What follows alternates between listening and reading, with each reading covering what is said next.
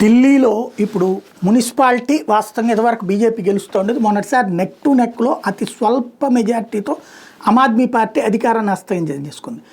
అక్కడ చేసిన తప్పే అక్కడ ఆమ్ ఆద్మీ పార్టీని ఇప్పుడు ఓటమి పాలు చేసింది. ఇప్పుడు ఢిల్లీ కార్పొరేషన్ కూడా మళ్ళీ బీజేపీ వశం అయ్యుతుంది. ఎందుకయ్యా అంటే ఢిల్లీ మున్సిపల్ కార్పొరేషన్లో 250 కౌన్సిల్ స్థానాలు ఉన్నాయి. వీళ్ళని ప్రజలు నేరుగా ఓట్లేసి అనుకుంటారు. ఢిల్లీలోని 7 లోక్సభ ఎంపీలు, 3 రాజ్యసభ ఎంపీలు, ఎంసీడీ పరిధిలోని 14 మంది ఎమ్మెల్యేలకు కూడా మేయర్ ఎన్నికల్లో ఓటు హక్కు ఉంటుంది. ఇంతకుముందు సుప్రీంకోర్టు దాకా వెళ్తే కూడా సుప్రీంకోర్టు కూడా ఓకే చేసింది.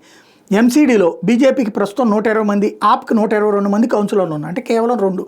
అయితే ఎమ్మెల్యేలు ఎమ్మెల్యేల ఆధారంగా ఆప్ అధికారంలోకి వచ్చింది, మేయర్ పీఠాన్ని హస్తగతం చేసుకుంది. అప్పట్లో తాజా అసెంబ్లీ ఎన్నికల్లో 8 మంది బీజేపీ కౌన్సిలర్లు, 3 ఆప్ కౌన్సిలర్లు ఎమ్మెల్యేకి గెలిచారు. BJP councillor Kamaljeet Sherawat last year Lok Sabha ఎన్నికల్లో వెస్ట్ ఢిల్లీ నుంచి ఎంపీగా కూడా గెలిచారు. అలా ఎంసీడీలో 12 కౌన్సిలర్ స్థానాలు ఖాళీ అయినాయి. వాటికి ఉప ఎన్నికలు జరగాల్సి ఉంది. అందువలన అది పోను ఇప్పుడు ఢిల్లీలో వచ్చేటప్పటికి బీజేపీ బలం ఇవాళకి వాళ్ళ ఉన్న కార్పొరేటర్లో బీజేపీకి 112, ఆప్కి 119 ఉన్నాయి. అయితే 2024 నవంబర్లో మేయర్ ఎన్నిక జరిగింది. ఆప్ అభ్యర్థి మహేష్ కిచి మేయర్గా ఎన్నికయ్యారు.